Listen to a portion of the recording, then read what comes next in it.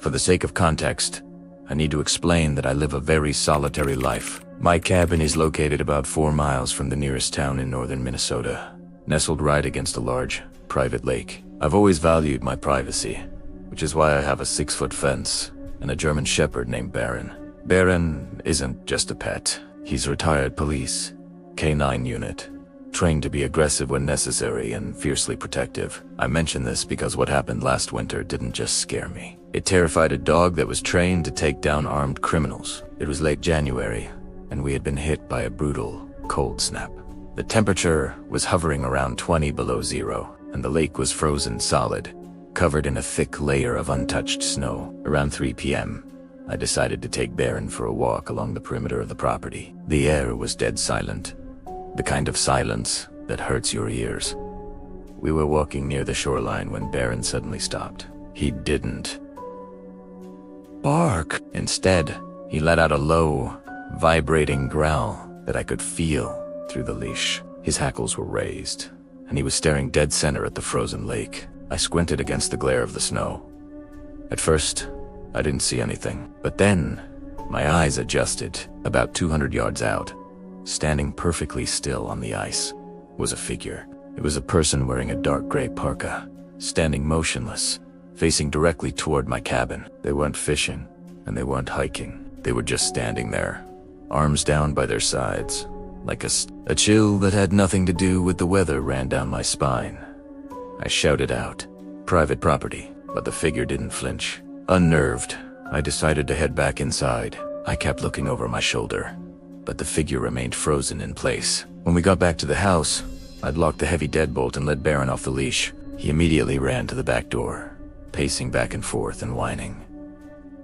I looked out the window. The figure on the lake was gone. I tried to relax, making dinner and watching TV, but Baron wouldn't settle. He kept staring at the floorboards, tilting his head. Around 10 p.m., I decided to do one final perimeter check before bed. I turned on the floodlights that illuminate the backyard. What I saw made my stomach drop. There were fresh footprints in the snow. They came out of the woods, crossed the yard, and went right up to the side of my house. But they didn't lead to a door or a window. The tracks stopped abruptly at a blank wall where there was no entry point. It looked as if the person had simply vanished into thin air or leaped onto the roof. I grabbed my shotgun from the safe. I spent the next hour sitting in the living room, listening. That's when I heard it. A soft, rhythmic scratching sound. It wasn't coming from outside. It was coming from beneath me, from the crawl space. My house has a small maintenance hatch in the utility closet that leads to the dirt crawl space under the cabin. I had padlocked it months ago. Slowly, I walked toward the closet, Baron at my side, teeth bared. As I got closer, I heard a metallic click, the sound of a lock being picked. Adrenaline flooded my system. I didn't wait to see the hatch open. I grabbed my keys and my phone, ran out the front door with Baron, and sprinted to my truck. As I peeled out of the driveway, I dialed 911. I watched my house in the rearview mirror as I drove away. All the lights in the house suddenly went out at once. The police arrived 20 minutes later. They found the crawl space hatch open. Inside, they found a sleeping bag, food wrappers, and a small propane heater. But the most disturbing thing was the notebook they found. It contained detailed logs of my schedule. When I slept, when I showered, and when I walked the dog, the footprints stopping at the wall outside. They found a loose ventilation grate that had been pried open, leading directly into the crawl space. That person hadn't just been watching me from the lake that day. They had been living underneath my floorboards for at least a week. To this day, they never found who it was.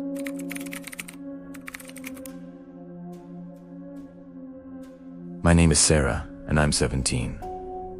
I live in a quiet, upscale suburb just outside of Seattle. It's one of those neighborhoods where everyone has security cameras, but nobody thinks they'll ever actually need them. Last November, my parents went away for their anniversary, leaving me home alone with my younger brother, Leo, who is 14. It was a Tuesday night, raining heavily, as it usually does in the Pacific Northwest.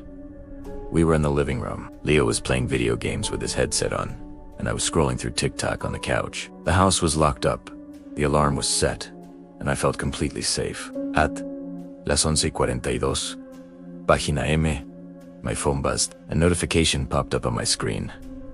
iPhone wants to share a photo with you via AirDrop.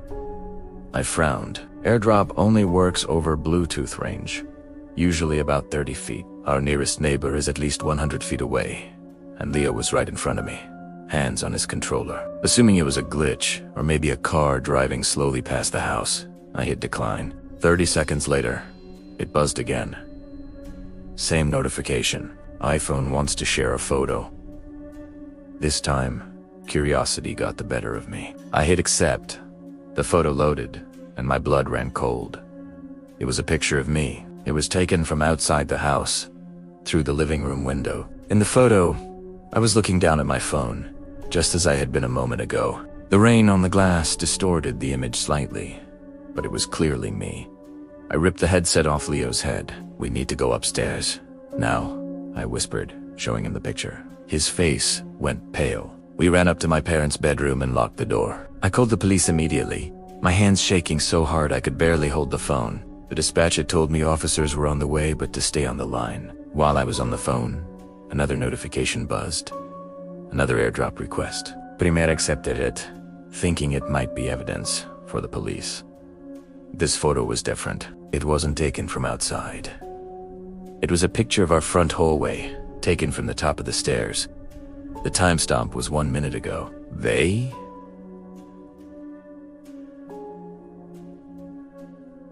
were inside? I hadn't heard an alarm. I hadn't heard glass breaking, but someone was standing on the landing, just outside the door we were hiding behind. The dispatcher was telling me to barricade the door, so Leo and I pushed the heavy oak dresser against it. As we did, the doorknob slowly turned. It rattled, gently at first, then violently. "Open up, Sarah," a voice whispered from the other side. It was a man's voice, raspy and wet. "I just want to show you one more picture." I screamed at him that the police were here, even though they weren't yet.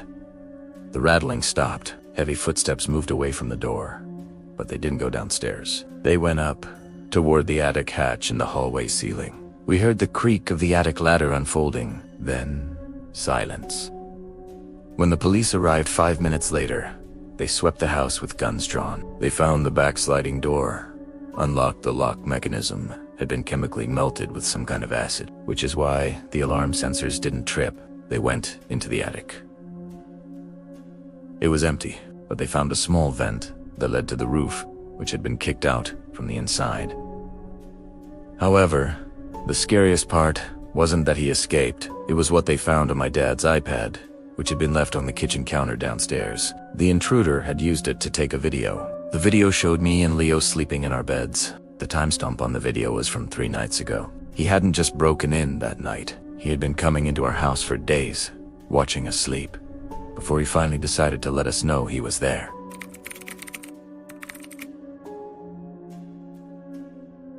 I've been a long-haul trucker for about 10 years now. I've seen a lot of weird things on the road, strange lights in the sky, people walking on the shoulder in the middle of nowhere, but nothing ever made me consider quitting my job until last year. I was driving on Interstate 80 through Wyoming. If you know that stretch of road, you know it's desolate. Miles and miles of nothing but wind and sagebrush. It was 2 a.m., and I was hauling a load of steel pipes to Salt Lake City. I hadn't seen another car for at least an hour. Up ahead, my headlights caught something in the middle of the road.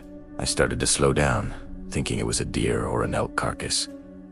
As I got closer, I realized it wasn't an animal. It was a child's car seat. It was sitting upright, perfectly placed in the center of the right lane. My first instinct was panic. Was there a baby out here? Had there been an accident? I slammed on the brakes, bringing my 18-wheeler to a screeching halt about 20 feet from the car seat. I grabbed my heavy-duty flashlight and pumped the air brake. I was reaching for the door handle when something in my gut told me to stop.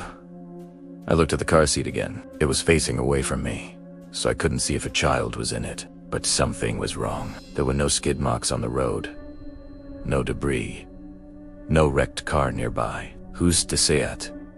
Perfectly placed. I rolled down my window instead of opening the door. The wind was howling, but I heard a noise over the gusts. It sounded like metal dragging on asphalt. I shined my flashlight out the window, scanning the darkness on the side of the road. The beam cut through the black night. In the tall grass of the median, about 10 yards to my left, 3 men were lying flat on their stomachs. They were wearing dark clothes, blending in with the ground. One of them was holding a tire iron. The other had something that looked like a sawed-off shotgun. They weren't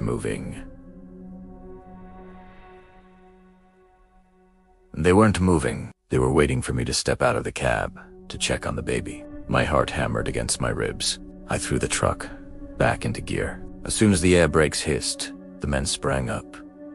They realized I wasn't getting out. The one with the shotgun raised it and fired. The blast shattered my side mirror, sending glass flying into the cab. I floored the accelerator. A fully loaded semi-truck doesn't accelerate fast, and those few seconds felt like hours.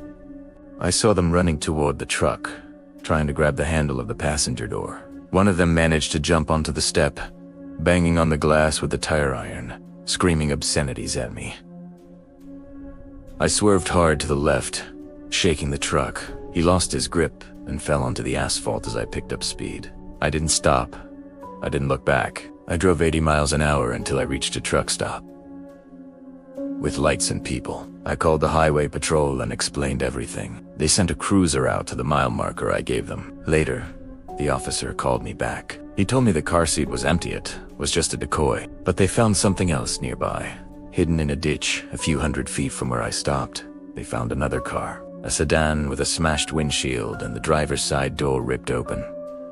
The driver was missing. The police think the gang used the car seat to get people to stop, robbed them, and took them. I was the one who got away. I still drive that route, but now I don't care what I see on the road. A car seat, a body, a pile of gold. I never, ever stop.